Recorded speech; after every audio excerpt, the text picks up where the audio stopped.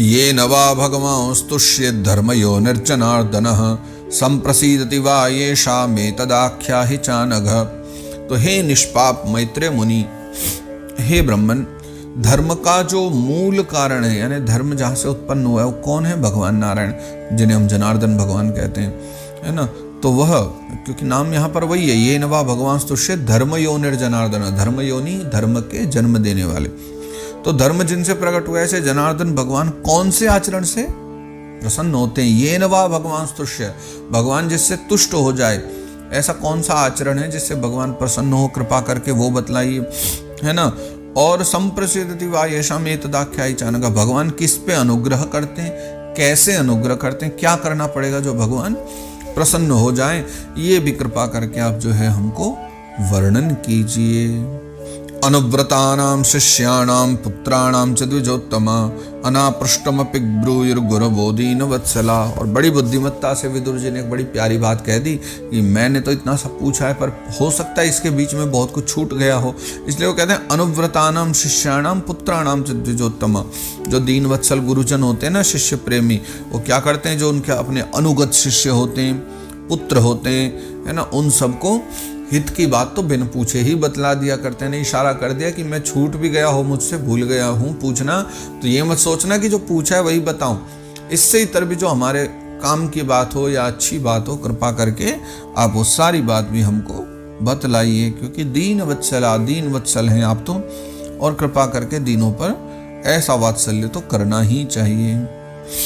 तत्वानां भगवंस्तेषां कतिधा प्रतिसंक्रमः तत्रेमं कौपासीरन क ऊष्विदनुसेरते।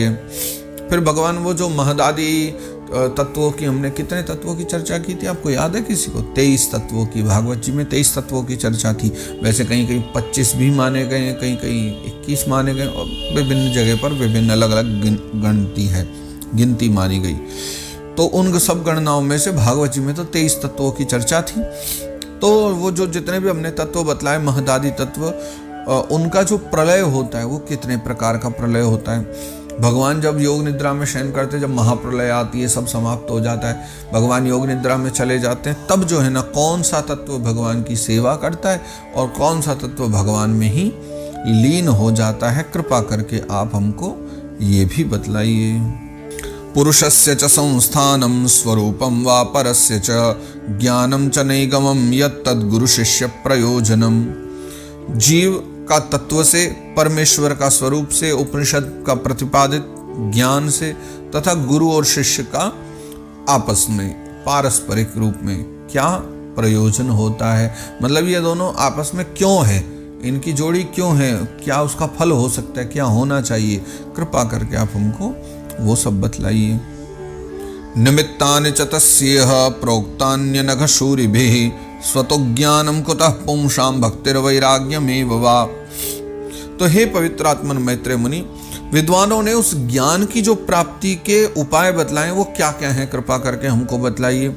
और क्योंकि देखा जाए तो मनुष्यों को ज्ञान, भक्ति और वैराग्य की प्राप्ति अपने आप तो यूँ होती नहीं है, उसके लिए गुरु कृपा चाहिए होती है, गुरु शरणागति चाहिए। तो वो क्या उपाय है, कृपा करके आप हमको बतला दीजिए। एतान में पृच्छतः प्रश्नान हरिः कर्म विवित्सया ब्रूहि मेज्ञस्य मित्रत्वादजया नष्ट चक्षुषः। तो हे ब्रह्मन, हे मैत्रेय मुनि, देखो माया मोह के कारण है ना, मेरी जो विचार दृष्टि है वो हो गई है नष्ट, यानी मैं ठीक से विचार नहीं कर पा रहा हूँ। ये विदुर जी कह रहे हैं, बाकी तो उनमें बुद्धि बहुत है, ये तो उनकी सरलता है, जो कह रहे हैं कि मेरी जो है ना विचार दृष्टि तो नष्ट हो गई है, मैं तो अज्ञ हूँ। अज्ञ मतलब अल्पज्ञ भी कह सकते हो, या अज्ञ का मतलब न ज्ञाति थी अज्ञ है, जो नहीं जानता हो, वो कहते हैं मैं कुछ नहीं जानता इसलिए अज्ञ हूँ। तो और आप मेरे हो परम सुहृद, इसलिए जो है ना हरि लीला का ज्ञान करने की इच्छा से मैंने आपको ये सारे प्रश्न किए। तो जो भी मैंने प्रश्न किए हैं, कृपा करके अब आप उनका मुझे उत्तर दे दीजिए, इतनी कृपा कीजिए।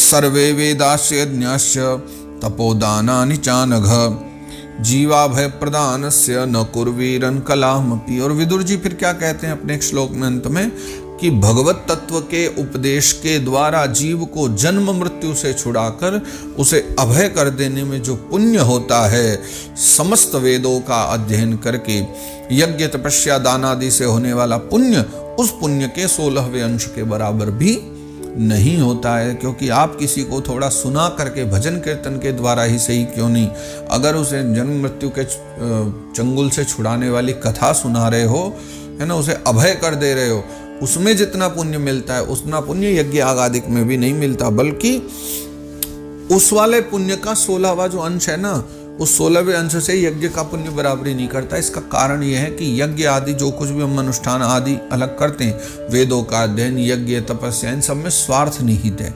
लेकिन जब भगवत कथा गाई जाए वो उसमें परमार्थ निहित है। ये भेद है दोनों में। इसलिए भागवत कथा आदि का श्रवण, महापुरुषों का संग, हरि कथा का चिंतन, उसके 16वें अंश के बराबर भी वेदाध्ययन और यज्ञ आगादिक कर्म नहीं आते हैं। और इतना कह करके फिर विदुर जी बैठ गए। और तब जो है सुखदेव बाबा कहते हैं, क्या कह रहे हैं वो श्रवण कीजिए। ये अंतिम श्लोक है इस अध्याय का। स इत्थमा पृष्ठ पुराण कल्पः कुरु प्रधानेन मुनि प्रधानः प्रवृद्ध हर्षो भगवत कथायाम संचोदितस्तं प्रहसन्निवाह। तो फिर सुखदेव बाबा कहते हैं कि हे महाराज परीक्षित, तो इस प्रकार जो है ना कुरुश्रेष्ठ विदुर जी ने मुनिवर, वो जो मैत्रेय जी हैं, मैत्रेय ऋषि से इस प्रकार जो पुराण विषय को बहुत सारे प्रश्न कर दिए। और तब भगवत चर्चा के लिए जो आए हुए थे और भगवत चर्चा के लिए प्रेरित किए जाने के कारण वो बड़े प्रसन्न हुए। विदुर जी के द्वारा प्रेरित हो गए ना कि कथा सुनाओ, तो बड़े प्रसन्न हो गए मैत्रेय मुनि। और तब मुस्कुरा करके वो विदुर जी से कहने लगे, क्या कहने लगे, ये 8वें अध्याय में हम सुनेंगे। और यहाँ से जो है, अब तक तो थोड़ी ज्ञान चर्चा थी, अब यहाँ से शुरू हो जाती हैं कथाएं। तो कल की जो चर्चा होगी वो 8वें अध्याय की होगी, कल के सत्र से।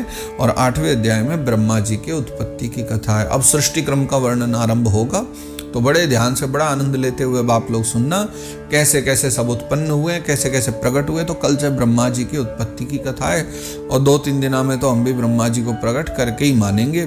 तो सब आप लोग बने रहो, प्रेम से नित्य भागवत कथा का श्रवण करो। कल 8वें अध्याय में ब्रह्मा जी का दर्शन करेंगे, ब्रह्मा जी की कथा श्रवण करेंगे। आज के सत्र को हम यहीं श्री गोवर्धन नाथ की शरणागति में बैठकर आज यहीं विश्राम देते हैं। और कल से जो आप चर्चा सुनोगे, और तो वो दिल्ली से ही हम आगे की चर्चा कर पाएंगे, राम कथा होगी वहाँ। तो अब आज के सत्र को यहाँ विश्राम देते हैं।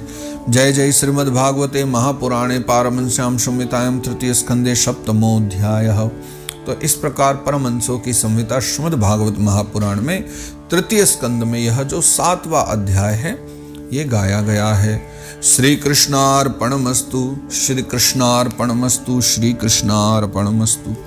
श्री गोवर्धन नाथ की जय।